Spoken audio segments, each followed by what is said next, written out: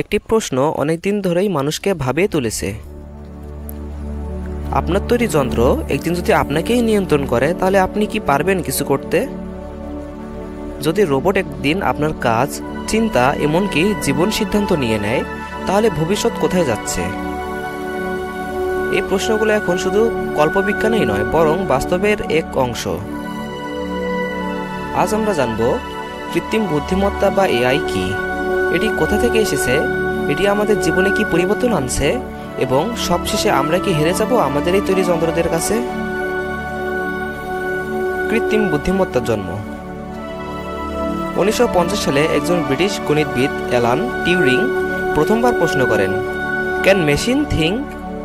অর্থাৎ যন্ত্র কি চিন্তা করতে পারে? তিনি তৈরি করেছিলেন একটি পরীক্ষার ধারণা, টার্নিং টেস্ট, যেখানে যদি কোনো যন্ত্রকে মানুষের মতো করে উত্তর দিতে শেখানো যায় এবং মানুষ বুঝতে না পারে সেটি যন্ত্র, তাহলে বলা যাবে যন্ত্রটি বুদ্ধিমান। এরপর 1956 সালে আমেরিকার ডার্থমাউথ কলেজে প্রথমবারের মতো আর্টিফিশিয়াল ইন্টেলিজেন্স শব্দটি ব্যবহার করা হয়। এই গবেষণার নেতৃত্বে ছিলেন জন ম্যাককার্টি, যাকে বলা হয় এআই এর জনক, ম্যারভিন মিনস্কি, এলিন নিউয়েল, হারবার্ট সাইমন। তাদের স্বপ্ন ছিল এমন এক যন্ত্র তৈরি করা যেটি মানুষের মতো করে সিদ্ধান্ত নিতে পারবে। তারপর ধাপে ধাপে 1970-এর দশকে তৈরি হলো প্রথম এক্সপার্ট সিস্টেম। 1997 সালে আইবিএম এর কম্পিউটার ডিপ ব্লু বিশ্ব চ্যাম্পিয়ন ডাবারু গ্রে ক্যাসপারভকে হারিয়ে দিল। 2011 সালে আইবিএম ওয়াটসন মানুষের সঙ্গে প্রতিযোগিতা করে জিতে গেল জ্ঞানভিত্তিক কুইজ শো জিওপারেডি। 2015 থেকে 2019 ডিপ লার্নিং এবং নিউরাল নেটওয়ার্ক প্রযুক্তি বিস্তার লাভ করে। গুগল ডিপ মাইন্ড এর তৈরি এআই আলফাগো চীনের জটিল বোর্ড গেম গোতে বিশ্ব চ্যাম্পিয়ন লি শিডলকে হারায়। আর 2022 থেকে 2023 সালে চ্যাটজিপিটি, বার্ড, মিডজোর্নি, ডেল-ই, কো-পাইলটের মতো এআই টুলগুলো পুরো দুনিয়ায় আলোড়ন তোলে। কৃত্রিম বুদ্ধিমত্তা কোনো জাদুবিদ্যা নয়, এটি মানুষের দীর্ঘ গবেষণা, কল্পনা ও চেষ্টার ফল। আজ যা দেখে আপনি বিস্মিত হচ্ছেন তা আসলে শুরু হয়েছিল বহু দশক আগে, কয়েকজন বিজ্ঞানীর হাতে, কাগজে কলমে, গবেষণাগারে। এআই কি, কিভাবে এটি কাজ করে? এআই বা কৃত্রিম বুদ্ধিমত্তা হলো এমন একটি প্রযুক্তি যেখানে যন্ত্র নিজের মতো করে চিন্তা করতে শেখে। উদাহরণ দিয়ে বললে, আপনি যখন গুগল ম্যাপে কোনো গন্তব্য খুঁজে পান, এআই জানিয়ে দেয় কোন রাস্তায় যানজট নেই। আপনার মোবাইলের ক্যামেরা যখন মুখ চিনে ফেলে, সেটাও এআই। আপনি ইউটিউবে যেসব ভিডিও দেখছেন, পছন্দ করেন, এআই ঠিক বুঝে নেয় আপনার পছন্দ কেমন। এই এআই শেখে, বিশ্লেষণ করে, সিদ্ধান্ত নেয়, একটা শিশুর মতো, তবে অগণিত তথ্য থেকে। এআই আমাদের জীবনে কোথায় কোথায় আছে। আজকের দিনে আমরা এমন এক সময়ে বসবাস করছি যেখানে কৃত্রিম বুদ্ধিমত্তা বা এআই আমাদের নিত্যদিনের জীবনের অজস্র জায়গায় জড়িয়ে গেছে, যা আমরা অনেক সময় বুঝে উঠতে পারি না। চলুন কিছু বাস্তব উদাহরণ দেখি। চিকিৎসা সেবা। বর্তমানে উন্নত দেশগুলোতে এমন অনেক হাসপাতাল রয়েছে যেখানে রোবট অপারেশন করে। এই এআই রোবটরা হাজার হাজার অপারেশনের ডেটা থেকে শিখে নিয়েছে কোথায় কাটবে, কিভাবে সেলাই করবে, কিভাবে রক্তপাত কমানো যাবে, ইত্যাদি ইত্যাদি। টেসলা বা গুগলের মতো কোম্পানিগুলো স্বয়ংক্রিয় গাড়ি তৈরি করেছে, যেখানে কোনো চালক ছাড়াই গাড়ি নিজে নিজে চলতে পারে, বাঁক নিতে পারে, এমনকি ব্রেকও কষতে পারে। রোবোটিক্স আর ইন্ডাস্ট্রিজ।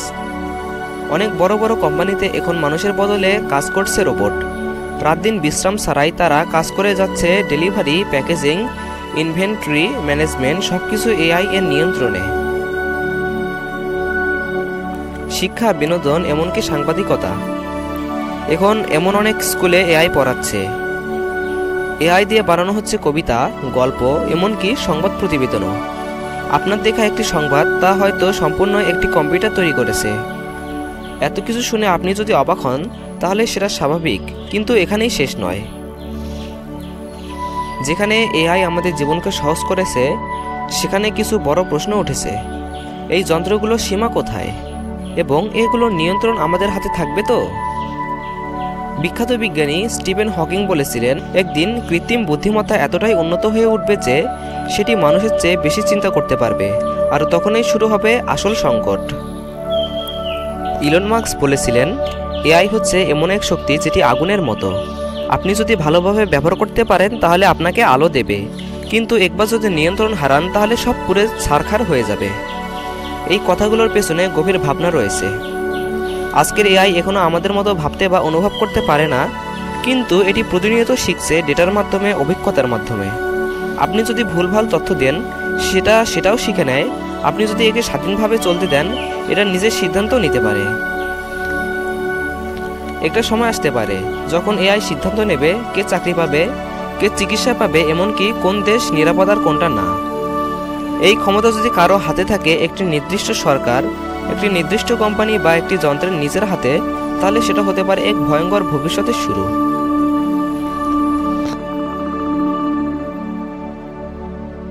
এমন প্রশ্ন আজ অনেকের মনে ঘুরপাক খাচ্ছে। এআই কি মানুষের চাকরি কেড়ে নিচ্ছে? উত্তরটা হলো হ্যাঁ এবং না, দুটোই। প্রথমে দেখা যাক যেসব পেশা ঝুঁকিতে রয়েছে।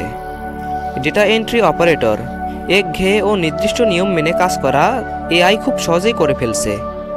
কাস্টমার সার্ভিস এক্সিকিউটিভ, অনেক কোম্পানি এখন কল সেন্টারে রোবট ব্যবহার করছে।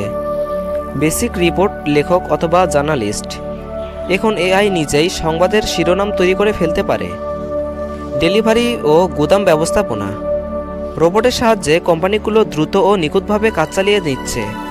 এখন আসুন দেখা যাক কী ধরনের কাজ এআই এখনও করতে পারছে না।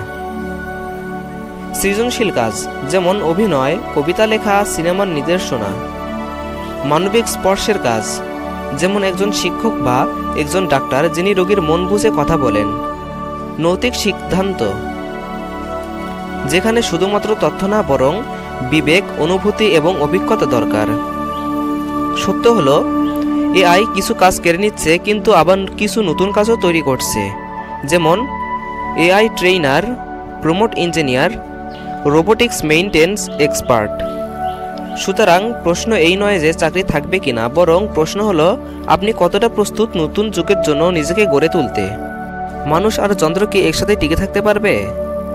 এটা অনেকটা সহযোগী বনাম প্রতিযোগিতার মতো। আমরা যদি এআইকে প্রতিপক্ষ ভাবি তাহলে ভয়ে, অসহায়ত্ব আর পিছিয়ে পড়া আসবেই। কিন্তু আমরা যদি এআইকে সহযোগী হিসেবে গ্রহণ করি তাহলে ভবিষ্যৎ হতে পারে আরও সুন্দর।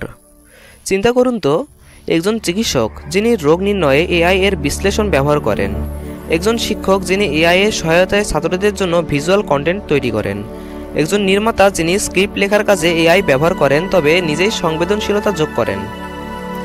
কিভাবে মানুষ টিকে থাকতে পারবে? নিজেকে উন্নত করে, প্রযুক্তির সঙ্গে তাল মিলিয়ে এবং আজীবন শেখার মানসিকতা ধরে রেখে।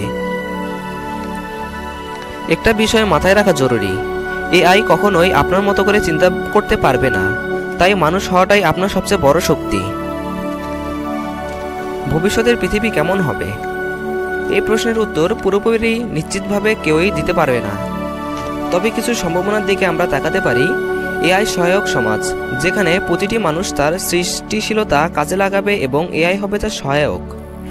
রোগ নির্ণয় হবে দ্রুত, পড়াশোনা হবে নিখুঁতভাবে ব্যক্তি অনুযায়ী, কৃষিকাজ হবে সম্পূর্ণ স্বয়ংক্রিয়। এআই নিয়ন্ত্রিত সমাজ, যেখানে কয়েকটি শক্তিশালী সংস্থা এআই এর নিয়ন্ত্রণে থেকে মানুষের উপর কর্তৃত্ব করবে। মানুষের তথ্য, চিন্তা, এমনকি স্বাধীনতা ও নিয়ন্ত্রণে চলে যেতে পারে। এআই ভুল পথে গেলে, যদি একদিন এআই এমন সিদ্ধান্ত নেয় যা মানবিক মূল্যবোধের সঙ্গে সাংঘর্ষিক, তাহলে ঘটতে পারে বড় বিপর্যয়।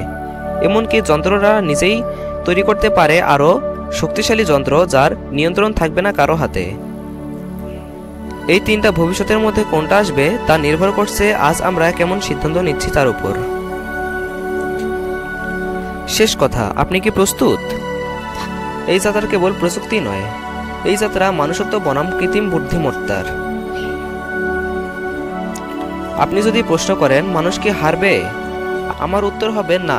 যদি আপনি শিখতে থাকেন, নিজেকে বদলাতে পারেন, এআই এর বন্ধু হিসেবে তাকে ব্যবহার করতে পারেন। ভবিষ্যৎ এক বিশাল যুদ্ধক্ষেত্র, তবে এই যুদ্ধ তরবারি দিয়ে নয়, হবে বুদ্ধি, নৈতিকতা আর সৃজনশীলতার মধ্য দিয়ে। আপনি কি প্রস্তুত নিজেকে নতুন যুগে রূপান্তর করতে?